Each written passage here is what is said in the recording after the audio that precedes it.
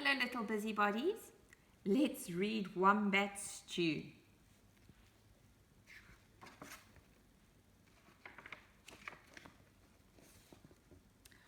One day, on the banks of the Billabong, a very clever dingo caught a wombat. Now, all of these animals that we are going to hear about today, they all live in Australia. And the dingo decided to make wombat stew. And he sings a funny song. Wombat stew, gooey, brewy, yummy, chewy, wombat stew. The wombat doesn't look very happy, does he? He doesn't want to be made into a stew. And look, there's a little bird, and that little bird's name is a kookaburra. He lives in Australia.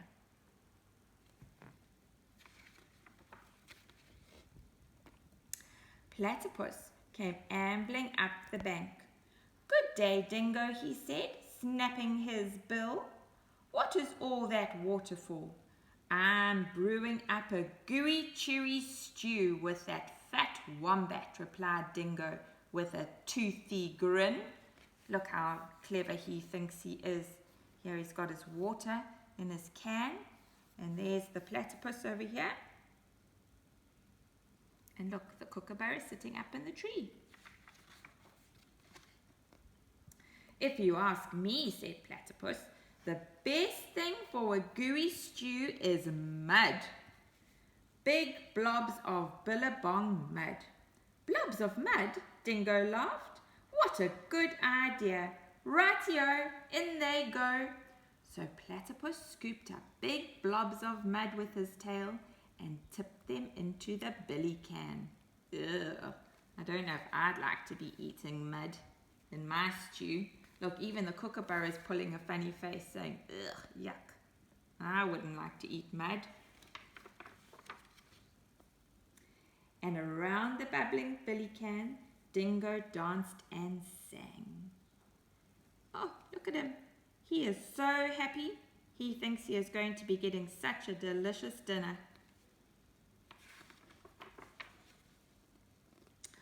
Waltzing out from the shade of the iron box came Emu. She arched her graceful neck over the brew. "Oh ho, Dingo," she fluttered. "What have we here?" "Gooey, chewy wombat stew," boasted Dingo. "If only it were a bit more chewy," she sighed.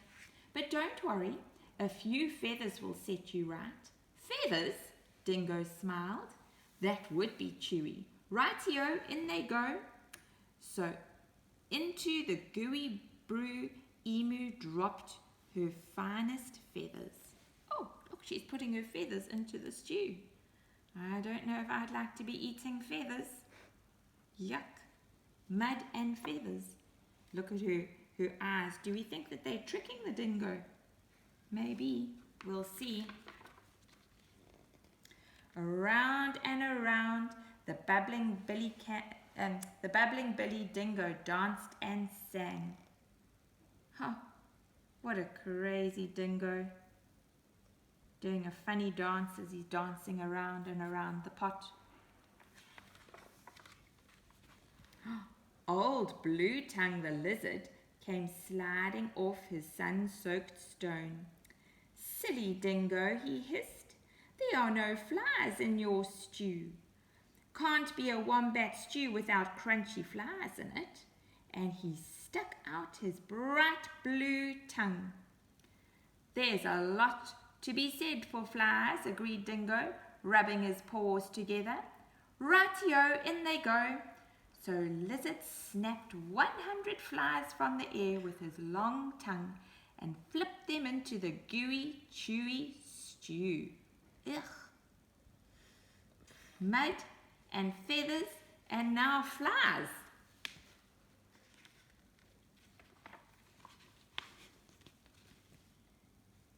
Around and around and around the bubbling billy dingo danced and sang. He thinks he is getting such a delicious stew with mud and feathers and flies. Look at his friends. They're all thinking, oh dear Dingo, we are playing such a big trick on you.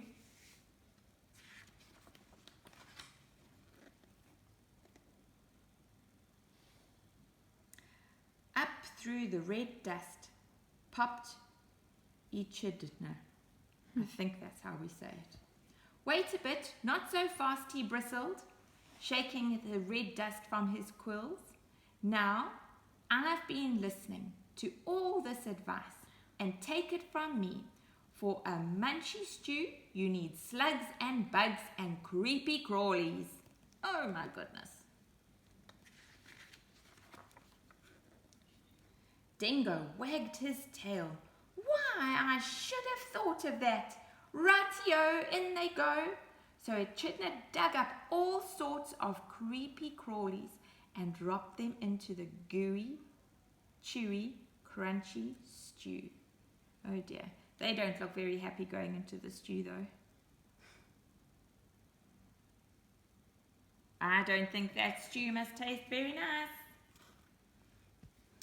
The very clever Dingo stirred and stirred all the while he was singing. He's stirring and stirring the pot. Oh, poor little Wombat, he still looks quite worried.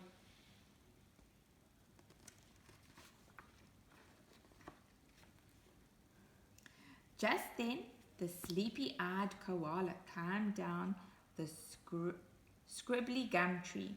Look here, he yawned. Any bush cook knows you can't make a spicy stew without gum nuts. Leave it to Koala to think of gum nuts. Dingo laughed and licked his whiskers. Rightio, in they go. And into the gooey, chewy, crunchy, munchy stew, Koala shook lots and lots of gum nuts. Look, in they go, into the big pot. That is looking terrible. I wouldn't like to eat that. Uh-oh. Aha, cried Dingo. Now my stew is missing only one thing. What's that? Asked the animals. That fat wombat. Wait, stop. Hang on, Dingo. You can't put the wombat into the stew yet. Look, they're all saying, wait, wait, wait. Hang on, hang on. Why not? You haven't tasted it. Rightio, I'll have a taste. And that very clever Dingo bent over the billy and took a great big slurp of the stew. Ah! I'm poisoned, he howled. You've all tricked me. Oh, look at him. He's saying that's terrible. I can't eat that. That's disgusting. And he dashed away deep into the bush, never to sing again. Oh, and look, there's our little wombat. He is so happy because all of his friends helped him and he didn't end up in the stew. And that's the end of our story.